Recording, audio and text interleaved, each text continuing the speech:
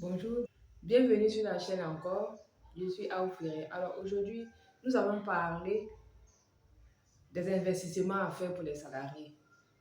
Parce que ce n'est pas dans tous les domaines qu'il faut investir en tant que salarié. Alors aujourd'hui, j'ai fait une liste pour les salariés qui veulent investir dans un domaine précis. Parce qu'il faut éviter d'éparpiller son argent et ne pas avoir le contrôle là-dessus. Parce que c'est là d'où viennent la plupart des problèmes. Quand vous êtes salarié, vous ne pouvez pas contrôler l'activité que vous mettez en parallèle pour pouvoir vous faire des revenus en plus. Donc, du coup, on va investir dans des domaines qu'on ne maîtrise pas, qu'on ne peut pas canaliser. Et puis, on s'est fait avoir parce que les gens ont mal géré, mais on n'avait pas l'œil dessus non plus, on ne pouvait pas. Donc, j'ai décidé de pouvoir nous éclaircir, nous tous, autant que nous sommes, à pouvoir investir notre argent dans un domaine que nous, on peut maîtriser. Donc, la vidéo d'aujourd'hui va porter sur ça. Et les salariés n'arrivent pas à faire ressources et investissement parce qu'ils ne contrôlent pas le côté argent en fait. En tant que salarié, on peut investir dans des supérettes. Pourquoi? Parce que là-bas, les achats sont enregistrés à l'ordinateur. Donc du coup, on ne peut pas trop nous escroquer en fait. Parce qu'il faut investir dans des domaines que tu peux maîtriser. Si tu investis dans une supérette, tu peux facilement aller dans l'ordinateur et puis voir la liste des achats, les produits qui sont sortis. En tout cas, la statistique de toute la supérette, qu'est-ce qui est sorti, qu'est-ce qui est entré, et puis qu'est-ce qui manque et tout ça. On peut contrôler et vous pouvez même installer des caméras de surveillance. Là, ce sera parfait. Vous voyez le flux des gens qui entrent et qui sortent. Vous voyez peut-être la caisse, qu'est-ce qui se passe. Donc, c'est contrôlable. Et pour ouvrir une supérette, il faut compter dans les environs de 2 millions. C'est vrai que 2 millions, c'est un peu beaucoup, mais c'est comme ça. Quand tu veux investir quelque part, il faut faire des sacrifices. Il n'y a aucune activité où on ne sacrifie rien. En tout cas, ça n'existe pas. Si vous voulez avoir un retour sur investissement, si vous voulez gagner de l'argent, il faut forcément investir quelque chose, il faut forcément sacrifier quelque chose. En tant que salarié, nous sacrifions tous notre jour. Qu'est-ce qu'il raconte? En tant que salarié, nous sacrifions tous notre temps pour aller travailler dans la société de X pour pouvoir se faire de l'argent. C'est la même chose. Donc, c'est vrai, 2 millions, c'est un peu beaucoup, mais bon, c'est le prix à payer.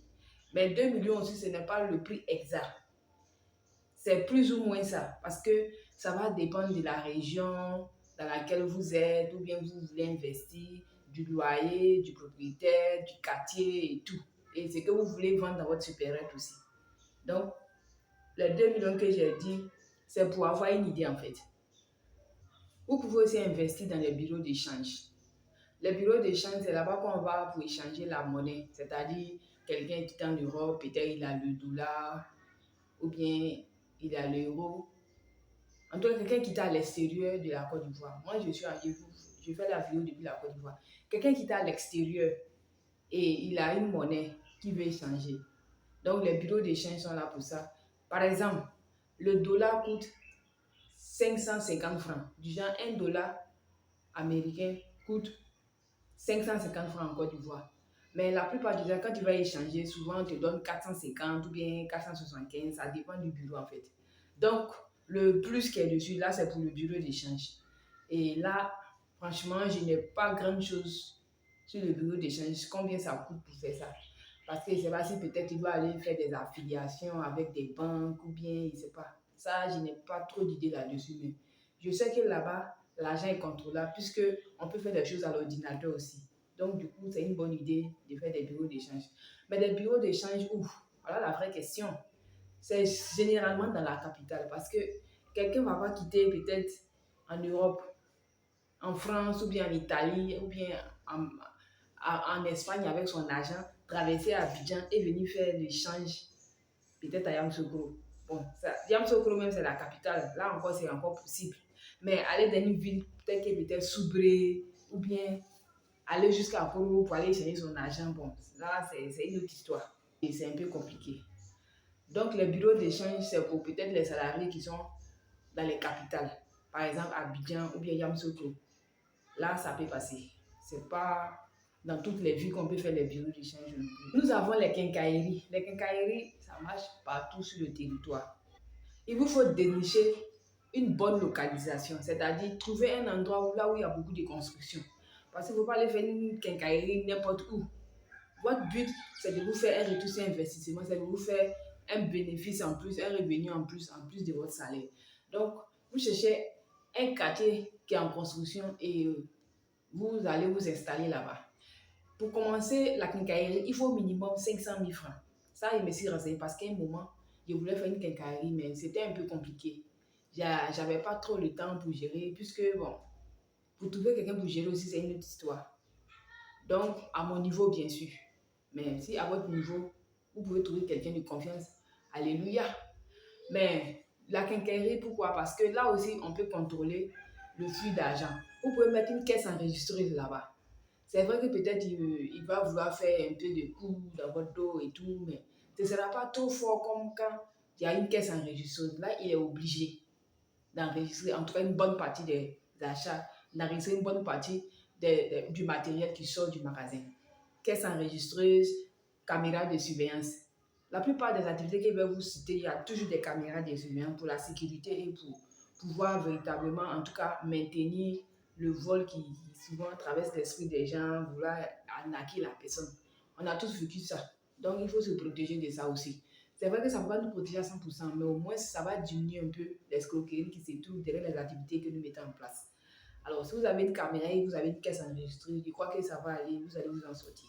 Nous avons aussi les restaurants. Vous pouvez investir dans des restaurants. Les restaurants, parce que la nourriture, ça marche, quel que soit l'endroit où vous trouvez. Il faut simplement trouver un bon local et trouver quelqu'un aussi qui sait faire la cuisine. Parce qu'il ne faut pas ouvrir un restaurant et puis mettre quelqu'un qui va venir donner la diarrhée aux gens. Là, même les gens, ils n'iront même plus là-bas. C'est eux-mêmes qui vont passer la nouvelle même à la ville que tel restaurant. Quand vous allez manger là-bas, vous avez des indigections. Donc, il faut trouver quelqu'un qui sait faire la cuisine, quelqu'un qui sait accueillir, en tout cas qui a le sourire, qui sait accueillir, qui est tranquille, quoi, qui n'est pas palabreuse ou bien quelqu'un qui a un tempérament chaud. La personne ne peut pas gérer un restaurant, c'est compliqué.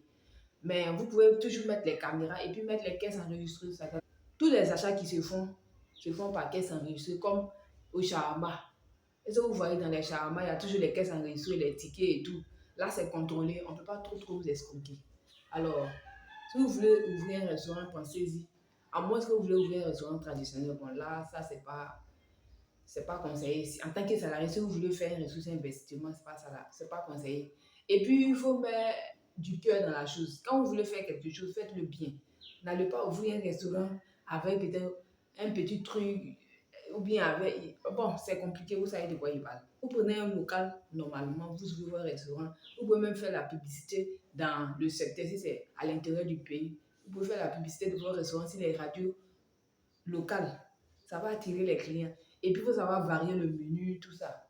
En tout cas, faites de votre mieux pour que le menu puisse attirer le maximum de personnes possible. Donc, si vous faites la publicité, ça va encore agrandir votre clientèle. Et puis, faites des petits trucs du genre les concerts des week-ends, à inviter des artistes en l'air pour venir chanter. C'est un de trucs, ça attire beaucoup les clients. Alors, pensez-y et mettez votre restaurant en place. Peut-être qu'un jour, je viendrai manger dans votre restaurant. On ne sait jamais.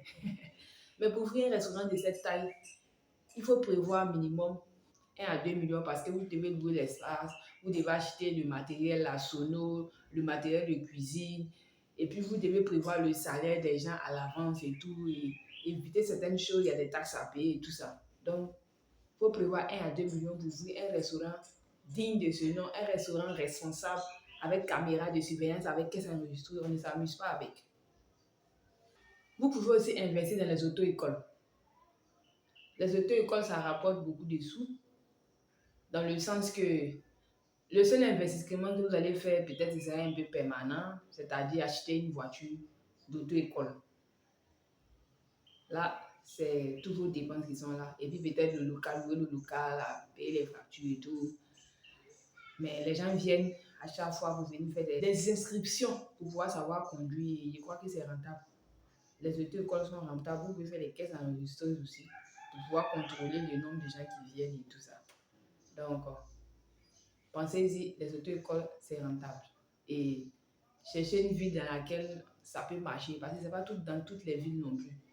Si dans la ville, bon, il n'y a pas grande circulation, faire une auto-école là-bas, bon, ça va pas servir à grand chose. Il faut chercher une ville dans laquelle il y a beaucoup de monde. et qu'il y a beaucoup de circulation, là, il y a peut-être des entreprises locales qui sont installées. Donc, ça va vous donner de la clientèle.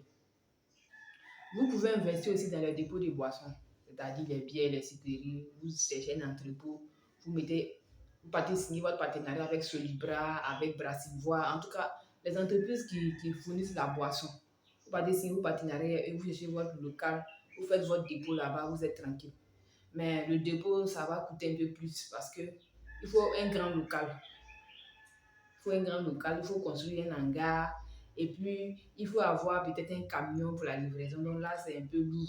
Mais bon, vous pouvez toujours trouver des solutions alternatives, c'est-à-dire peut-être louer un camion.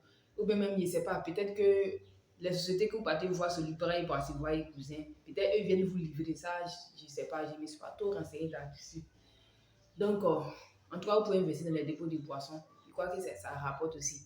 Parce que les gens consomment beaucoup. Nous consommons tous beaucoup de boissons. On en a besoin pour se faire du plaisir, pour se faire du bien, pour se détendre. Donc, ça ne ratera pas la cible. Alors, pour ça, je n'ai pas une idée. Donc, si vous êtes intéressé, vous pouvez peut-être vous rapprocher de ceux qui font les dépôts de boissons. Du genre dans un dépôt, et puis bon, vous pouvez vous renseigner combien ça coûte et puis vous commencez à faire votre épargne, bien faire un prêt à la banque. Les dépôts de boissons, ça rapporte. Et toujours, n'oubliez pas les caisses enregistreuses et les caméras. Ça va vous aider. Vous pouvez avoir une vue de la chose, qu'est-ce qui se passe dans le dépôt et tout. Les caisses enregistreuses, c'est pour pouvoir voir le flux d'argent qui passe. Vous pouvez investir dans les lavages auto aussi. C'est à peu près la même chose. Il faut louer un local ou bien vous êtes là pour investir. Vous ne pouvez pas acheter un terrain. Disons-nous la vérité, un terrain, ça coûte super cher. Donc, c'est louer un terrain à quelqu'un, installer l'eau et l'électricité.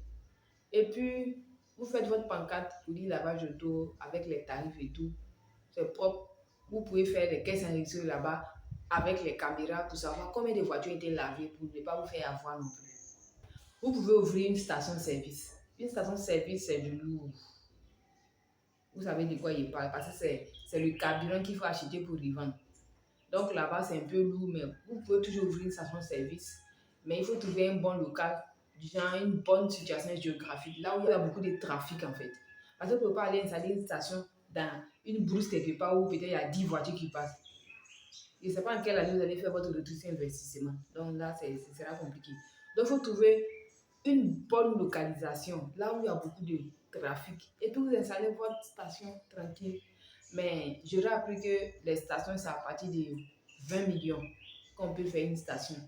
Donc, en plus de vendre le carburant, vous pouvez vendre les gaz domestiques, du genre les gaz en bouteille. Ça aussi, ça rapporte de l'argent. Donc, pensez-y, vous pouvez faire même les lavages autour là-bas. Comme les stations que vous voyez d'habitude là, c'est la même chose. Donc, là, c'est du lourd. Alors, vous pouvez toujours investir là-bas si vous avez cet argent.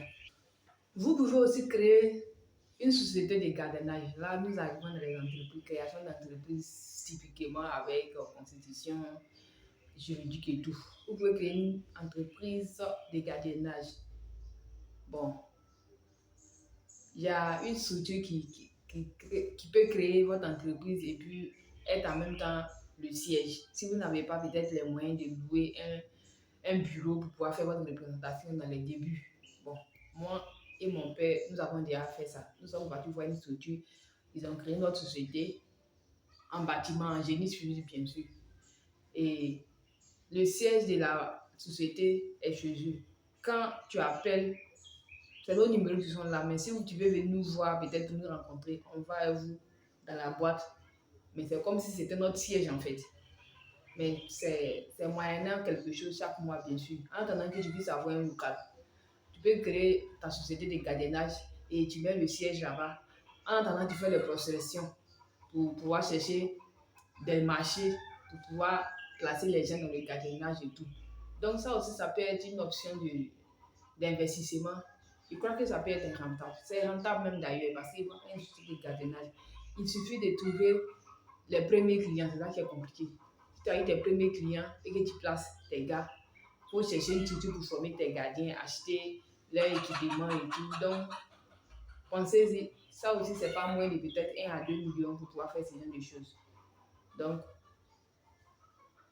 pensez-y, une société de gardiennage, Ça peut être très rentable à l'avenir. Bien sûr, les caisses enregistrées et les caméras ne doivent pas manquer.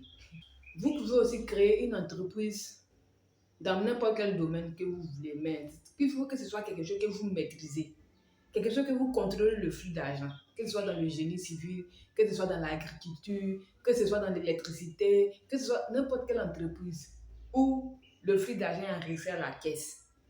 Ça, je vous le conseille vivement. Si vous voulez créer une entreprise, il faut que forcément, vous pouvez contrôler le flux d'argent. Si peut-être on doit faire le dépôt sur votre compte bancaire, là, c'est quelque chose que vous contrôlez. Parce qu'on ne s'amuse pas avec ça. C'est pour ça que nous créons les entreprises pour faire tous ces investissements. Si on n'arrive pas à contrôler l'argent, ça ne sert à rien. Parce qu'on va se faire escroquer, ça c'est sûr. On est en Afrique, on se connaît. Donc, il ne faut pas avoir se voiler. On s'est déjà fait avoir quelque part. Moi, j'ai déjà fait ce genre d'investissement et je me suis fait avoir. C'est la vérité. Donc, je vais investir dans quelque chose que je maîtrise. C'est pour ça que j'ai fait cette vidéo. J'ai fait beaucoup de recherches. Et je me suis rendu compte que je ne peux pas investir n'importe où. Et pour terminer, vous pouvez aussi créer une école de football. Nous savons tous que le football, ça rapporte des millions quand tu trouves le talent.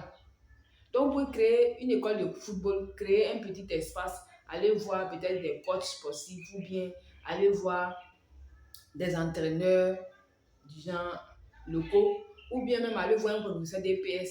Il va venir prendre les enfants que vous allez mettre dans votre académie. Vous pouvez créer une école de football, l'inscription c'est payant et tout. Vous venez vous entraîner là-bas et vous cherchez des partenariats dans les différents clubs de la Côte d'Ivoire, du pays ou bien de l'extérieur. Si vous avez un talent, vous le filmez pendant qu'il y a un match, quelque chose comme ça. Je sais que c'est comme ça que ça se passe. Vous le filmez, vous filmez vos matchs, vous repérez les talents que vous pouvez vendre. Et lorsque vous vendez vos talents, vous faites de l'argent. Donc, vous pouvez créer toujours une école de football. Vous ne perdrez rien. Il suffit de trouver un seul talent. Peut-être que vous avez recruté 20 enfants que vous entraînez au fur et à mesure, peut-être 1 à 2 ans. Pendant les 1 à 2 ans, si vous avez trouvé un seul talent, lui peut faire un retour d'investissement de peut-être 10 ans. Parce qu'il sera vendu très cher et il va vous rapporter toujours de l'argent sur son contrat dans lequel il va signer. Donc, ça ne sert à rien de ticket. Si vous avez l'opportunité, saisissez-la. Trouvez un terrain là où les enfants puissent s'entraîner. Et puis bon, vous commencez votre expression et tout. Alors, c'était la vidéo d'aujourd'hui.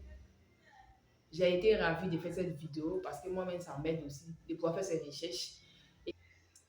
Et si la vidéo vous fait du bien, likez, partagez et surtout, abonnez-vous à ma chaîne. Alors, à très bientôt pour de nouvelles vidéos sur le quotidien et sur l'investissement, sur les finances. Ciao, ciao.